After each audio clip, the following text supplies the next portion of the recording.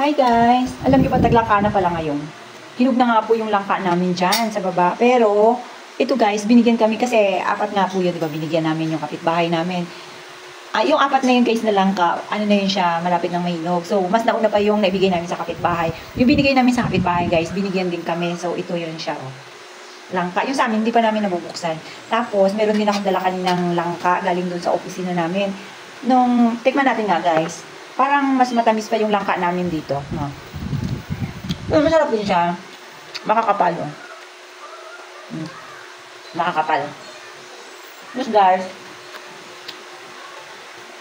tingnan din natin to kung matamis. Tingnan natin kung saan yung matamis sa dalawa.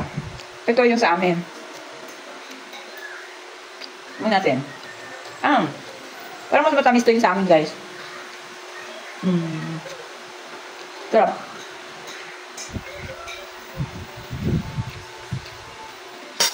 Tamis.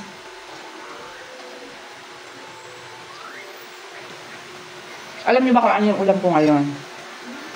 Kakain pala ako ngayon, guys.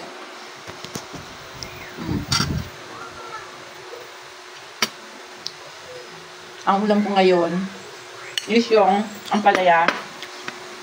Ilagyan ko lang siya ng bagoong. Yan. So, kukuha tayo konti lang.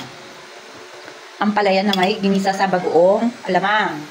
Tapos guys, meron din tayo, nagluto rin ako dito ng tinola. Tinola para kay Bulinggit. Yan, wala ako konti guys, pero yung gusto ko talagang ulamin yun.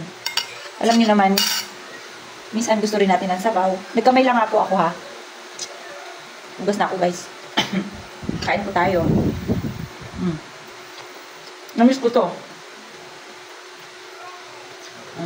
Bago lang ako kumain ulit nito guys. Siguro mga ilang taon din. Wala lang. Naisip ko lang dahil nga makulimlim. Malamig. Parang narinig ko doon sa palengke kanina. Gusto lang nila kumain ng ampalaya na may bagoong. Tapos parang sabi ko unga no. Sa sarili ko lang yun guys. Kaya bumili ako. Pero hindi ko lang alam kung kakain ito si nanay. Malamang ako lang. Kasi dadalawa lang po kami ngayon ni nanay dito. Umalis na si Big Boss. Umuwi na. Umuwi na sa kanyang trabaho.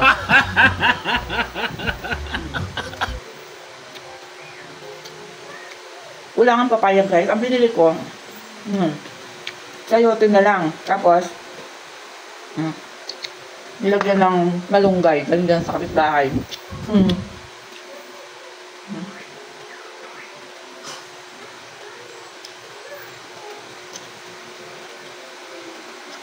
Masarap.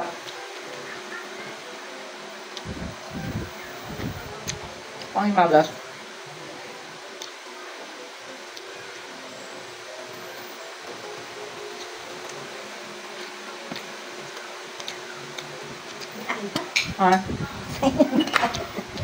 Daming kain ni Yayang. Basta sabaw. Kaya nanay. Sarap na ulam ko.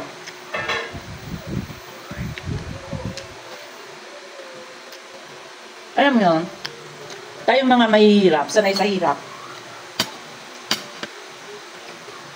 Kahit ano, pwede na sa atin, basta meron lang ulam. Hindi natin kailangan mag-inarte, maghanap ng mga masasarap. Pero ito, masarap na to. Para sa akin ha, pero yung nasanay sa mga mga karne.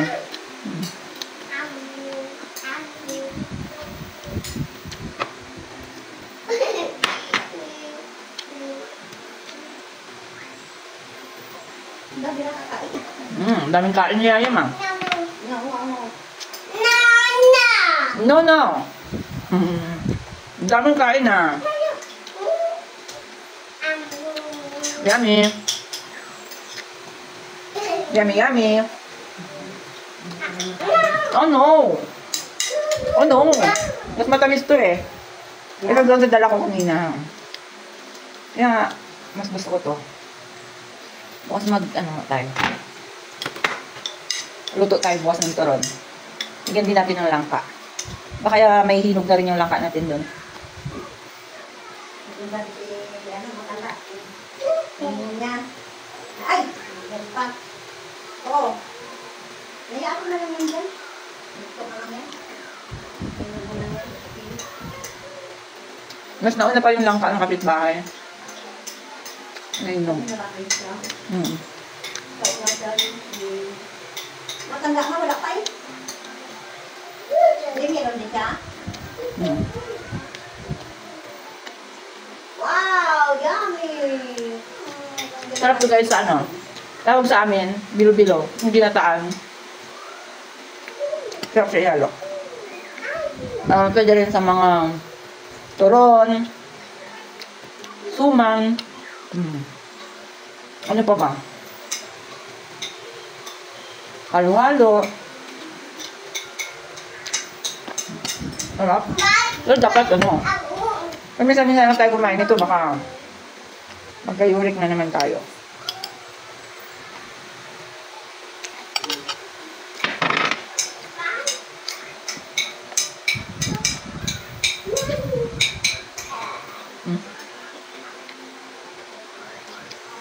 Ang chicken.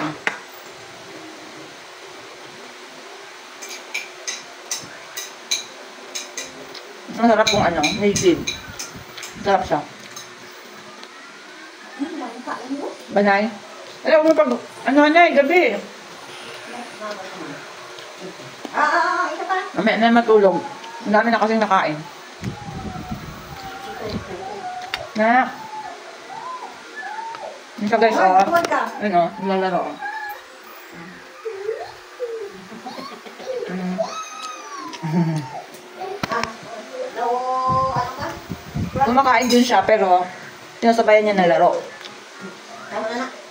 Tama na. Tubo ko. Dapit ang samak mo.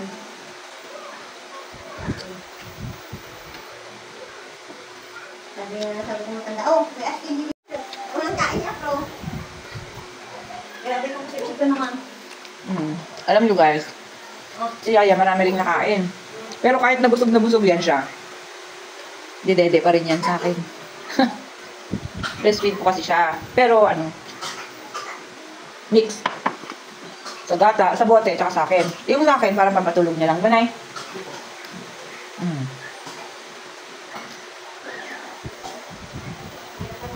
O siya, sige na guys. Lapit na akong matapos.